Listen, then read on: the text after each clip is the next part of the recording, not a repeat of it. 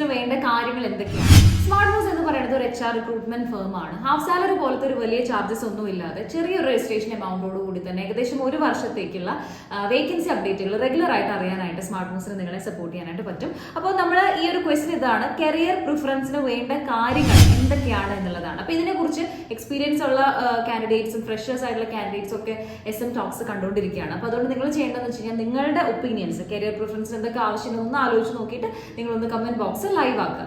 അപ്പോൾ ഈ ഒരു കാര്യം നിങ്ങൾ ശ്രദ്ധിക്കേണ്ട സമയത്ത് മെയിൻ ആയിട്ടുള്ള പോയിന്റ്സ് എന്ന് വെച്ച് കഴിഞ്ഞാൽ പേഴ്സണാലിറ്റി പ്രിഫറൻസ് എന്നുള്ളതാണ് ആദ്യത്തെ ഒരു കാര്യം എന്ന് വെച്ച് കഴിഞ്ഞാൽ. നമ്മൾ എന്തായാലും ഒരു കരിയർ ചൂസ് ചെയ്യാൻ പോവാണ്. അപ്പോൾ നമ്മൾ ആദ്യം മനസ്സിലാക്കിയിരിക്കേണ്ടത് ഞാൻ എന്ന ഇൻഡിവിജ്വൽ എന്താണ്, എൻ്റെ പേഴ്സണാലിറ്റി എന്താണ്, എനിക്ക് എന്ത് ജോലി ചെയ്തു കഴിഞ്ഞാലാണ് അത് വളരെ ആക്യുറേറ്റ് ആവുക എന്നുള്ളത് ഒരു സെൽഫ് ആയിട്ടുള്ള ഒരു അസസ്മെന്റ് ആണ്. അപ്പോൾ സൈക്കോളജിക്കലി മെയിൻലി എൻ്റെ SWOT അനാലിസിസ് പോലത്തെ ഒരുപാട് സിസ്റ്റംസ് ഒക്കെ ഉണ്ട്. അതൊന്നും അല്ലെങ്കിലും ഒരു വ്യക്തിക്ക് കൃത്യമായിട്ട് അറിയാം എൻ്റെ പേഴ്സണാലിറ്റി എന്താണ്, ഞാൻ എങ്ങനെ ജോലി ചെയ്തു കഴിഞ്ഞാലാണ് അത് ഏറ്റവും അധികം റിട്ടേൺസ് വരുന്നത് എന്ന് മനസ്സിലാക്കാനായിട്ട് പറ്റുക എന്നാണ് ഫസ്റ്റ് കാര്യം. അടുത്തൊരു കാര്യം എന്ന് വെച്ച് കഴിഞ്ഞാൽ ഒരു വ്യക്തിക്ക് അദ്ദേഹത്തിന്റെ അല്ലെങ്കിൽ ആ ഒരു വ്യക്തിക്ക് പേഴ്സണൽ ആയിട്ടുണ്ടാവുന്ന സ്ട്രെങ്ത്തും സ്കിൽ സെറ്റുകളും ഉണ്ട്. സ്ട്രെങ്ത് എന്ന് ഉദ്ദേശിക്കുന്നത് അത് മൈൻഡ് റിലേറ്റഡ് ആണ്. ആ വ്യക്തിക്ക് ഉണ്ടാവുന്ന വളരെയധികം ചില ആളുകളുടെ ഒരു എക്സാമ്പിൾസ് പറയുകയാണെങ്കിൽ അവർക്ക് ഒരുപാട് പ്രതികൂലങ്ങൾ വന്നു കഴിഞ്ഞാൽ അത് ഓവർകം ചെയ്യാനായിട്ട് പറ്റുന്നവരുണ്ടായിരിക്കും, അല്ലെങ്കിൽ വളരെ നന്നായിട്ട് കമ്മ്യൂണിക്കേറ്റ് ചെയ്ത് അത് പറഞ്ഞു മനസ്സിലാക്കി കൊടുക്കാൻ പോസിബിൾ ആയിട്ടുള്ള ആളുകളായിരിക്കാം. അതും അല്ലെങ്കിൽ അവർ ഓൾറെഡി അവരുടെ പേഴ്സണാലിറ്റിയിൽ തന്നെ ഒരു ഫാമിലിയുടെ സപ്പോർട്ട് ആയിരിക്കാം ചിലവരുടെ ഒരു സ്ട്രെങ്ത് എന്ന് പറയുന്നത്. അപ്പോൾ ഇതൊക്കെ ഒന്ന് അസസ് ചെയ്യുക എന്നുള്ളതാണ് രണ്ടാമത്തെ ഒരു കാര്യം എന്ന് പറയുന്നത്.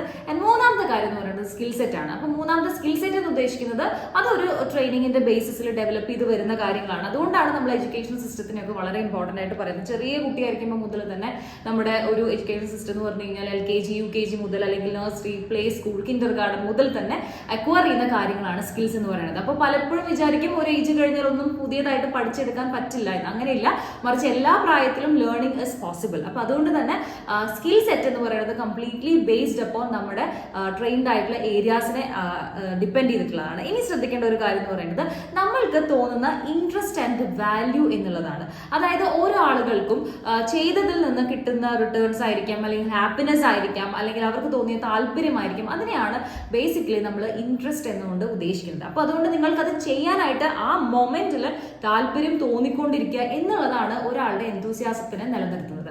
അപ്പോൾ അതിന് പല പല ക്രൈറ്റീരിയാസ് ഉണ്ട്. അതിനിപ്പോൾ ഡിമാൻഡബിൾ ആയിട്ടുള്ള ഒരു പ്രൊഫഷൻ ആണോ, അല്ലെങ്കിൽ അത് എന്തെങ്കിലും അപ്പ് ആൻഡ് ഡൗൺസ് വന്നിട്ടുണ്ടോ, അത് ഞാനിപ്പോൾ ചെയ്ത് കഴിഞ്ഞാൽ അതിന് റിട്ടേൺസ് ഉണ്ടാവുമോ എന്നുകൂടെ കൺസിഡർ ചെയ്ത് കഴിഞ്ഞാൽ ഈ ഫൈനലി നമ്മുടെ കരിയർ പ്രിഫറൻസിന് വേണ്ട ബേസിക് ആയിട്ടുള്ള കാര്യങ്ങളൊക്കെ തന്നെ ഷെയർ ചെയ്തിട്ടുണ്ട്. അപ്പോൾ നിങ്ങൾ എന്താ ചെയ്യേണ്ടതെന്ന് വെച്ച് കഴിഞ്ഞാൽ ഇതൊക്കെ ഒന്നുകൂടെ ആലോചിക്കുക. നിങ്ങളുടെ ഒപ്പീനിയൻസും അല്ലെങ്കിൽ നിങ്ങളുടെ എക്സ്പീരിയൻസസ് ഒക്കെ നമ്മുടെ കമന്റ് ബോക്സിൽ ലൈവ് ആക്കുക. സ്മാർട്ട് മൂവ്സ് എന്ന് പറയുന്നത് ഒരു HR റിക്രൂട്ട്മെന്റ് ഫേം ആണ്. ഹാഫ് സാലറി പോലത്തെ ഒരു വലിയ ചാർജസ് ഒന്നുമില്ലാതെ ചെറിയൊരു രജിസ്ട്രേഷൻ എമൗണ്ടോട് കൂടി ഏകദേശം ഒരു വർഷത്തോളം കേരളത്തിലെ 14 ഡിസ്ട്രിക്റ്റുകളിൽ നിന്നുള്ള വേക്കൻസി അപ്ഡേറ്റുകൾ നിങ്ങൾക്ക് റെഗുലർ ആയിട്ട് അറിയാനായിട്ട് പോസിബിൾ ആണ്. അപ്പോൾ ചെയ്യേണ്ടത് എന്താണെന്ന് വെച്ച് കഴിഞ്ഞാൽ നമ്മുടെ സ്ക്രീനിൽ കണ്ടുകൊണ്ടിരിക്കുന്ന കോൺടാക്ട് നമ്പറിലേക്ക് വളരെ പെട്ടെന്ന് നിങ്ങളുടെ CV ഷെയർ ചെയ്ത് കഴിഞ്ഞാൽ smart moves will updating the details. അപ്പോൾ ഒന്നുകൂടെ പറയുന്നു, നമ്മുടെ കമന്റ് ലൈവ് ആക്കുക. അതുപോലെ തന്നെ നിങ്ങളുടെ യൂട്യൂബിലുള്ള subscription ensure and thank you so much for watching.